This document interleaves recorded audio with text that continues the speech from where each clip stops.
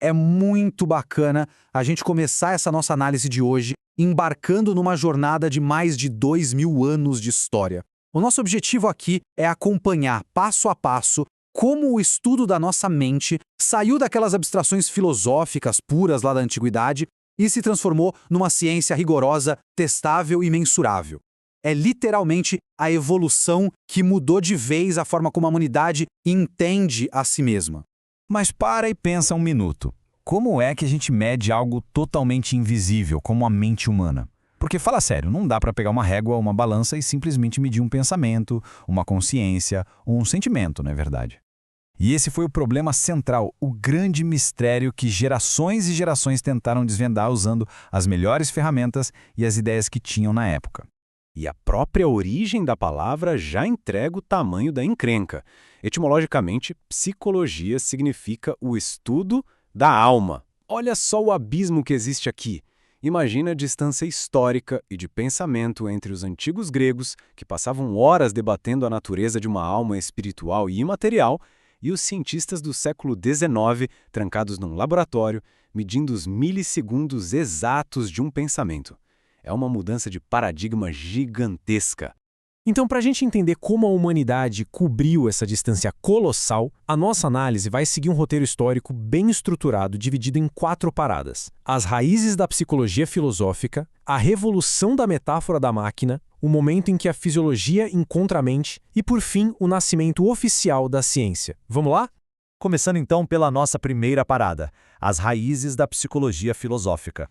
É fascinante imaginar esses primeiros pensadores tentando decifrar a natureza humana usando como únicas ferramentas a lógica e o raciocínio. Nada de laboratório, só a mente. Lá no período cosmológico, eles queriam achar o bloco de montado do universo. Era átomo, água, fogo. Aí no período antropocêntrico, a coisa muda de figura. Sócrates, por exemplo, vira a lente para o próprio ser humano e manda aquela "conhece-te a ti mesmo", exigindo introspecção, sabe? Dando um salto lá para a Idade Média, no período teocêntrico, todo esse conhecimento acaba sendo submetido à fé e à teologia.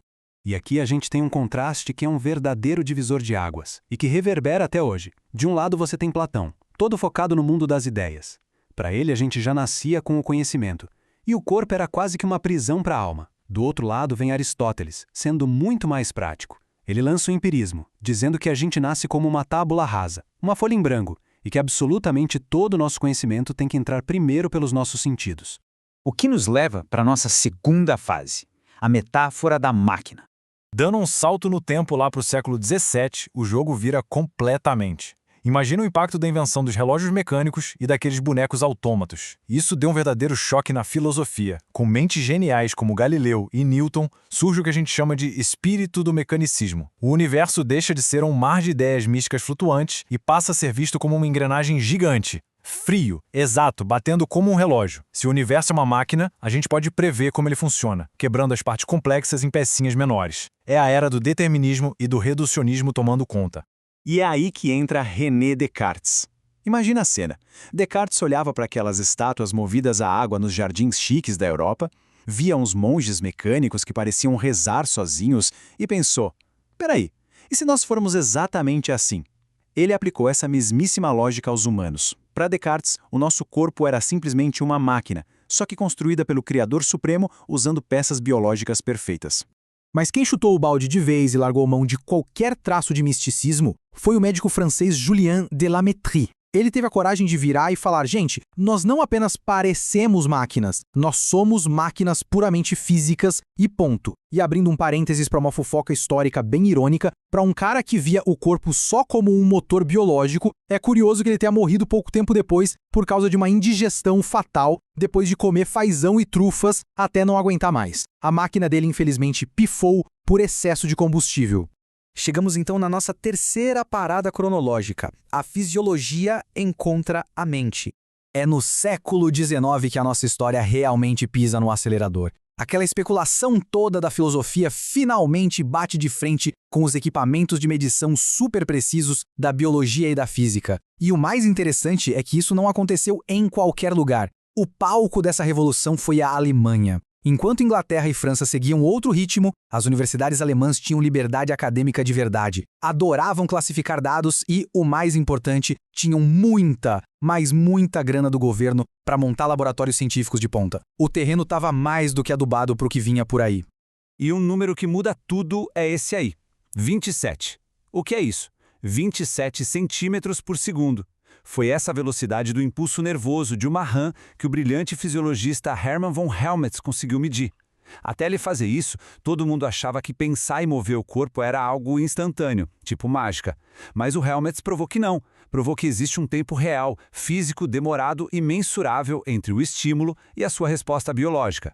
E logo em seguida, a gente esbarra em outra proporção incrível através do Ernst Weber. 1:40. O Weber descobriu que a diferença mínima que a gente consegue perceber ao levantar dois pesos segue sempre uma constante matemática exata. Sabe o que isso significa? É o momento mágico da história em que um sentimento subjetivo humano, a percepção, vira simplesmente uma fração matemática objetiva. Sensacional, né? Tudo isso culmina num personagem complexo e fascinante, o Gustav Fechner.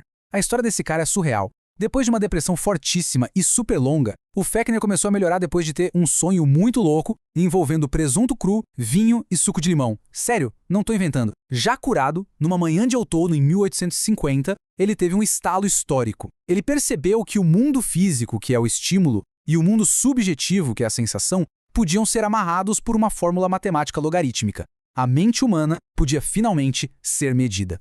E para provar que ele não estava louco e que a matemática fechava, o Fechner desenvolveu 3 métodos fundamentais para a psicofísica. Testando milhares e milhares de vezes a percepção humana, ele criou as técnicas exatas, padronizadas e rigorosas que o estudo da mente estava implorando para ter, se quisesse ser respeitado de verdade pela comunidade científica.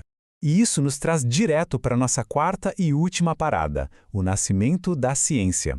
Com toda essa matemática pronta, o cenário estava armado para o grande finale, transformar a fisiologia numa nova disciplina nas universidades. Mas preste atenção nessa diferença crucial aqui. O Gustav Fechner fez a inovação genial, sim, mas ele foi um criador acidental. O objetivo dele lá no fundo era místico, ele queria provar a conexão espiritual de corpo e alma.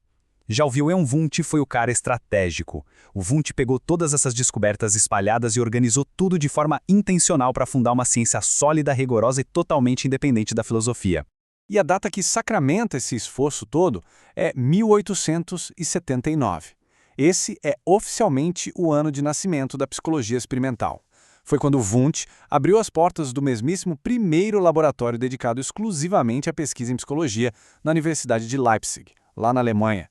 Aquilo que por séculos era apenas assunto de debates filosóficos virou finalmente uma ciência institucionalizada. E essa jornada épica deixa uma provocação genial para a gente encerrar nossa análise. Olha o caminho que a gente fez. Saímos de almas místicas lá na Grécia Antiga para máquinas orgânicas de engrenagens na Era Moderna. Então a grande pergunta que fica é, hoje, no século XXI, rodeados de algoritmos e inteligência artificial que imitam perfeitamente nossos pensamentos, qual vai ser a nossa próxima metáfora? O que somos nós agora? É o tipo de mistério que continua fascinante. Foi muito bom explorar essa história com vocês. Até a próxima análise.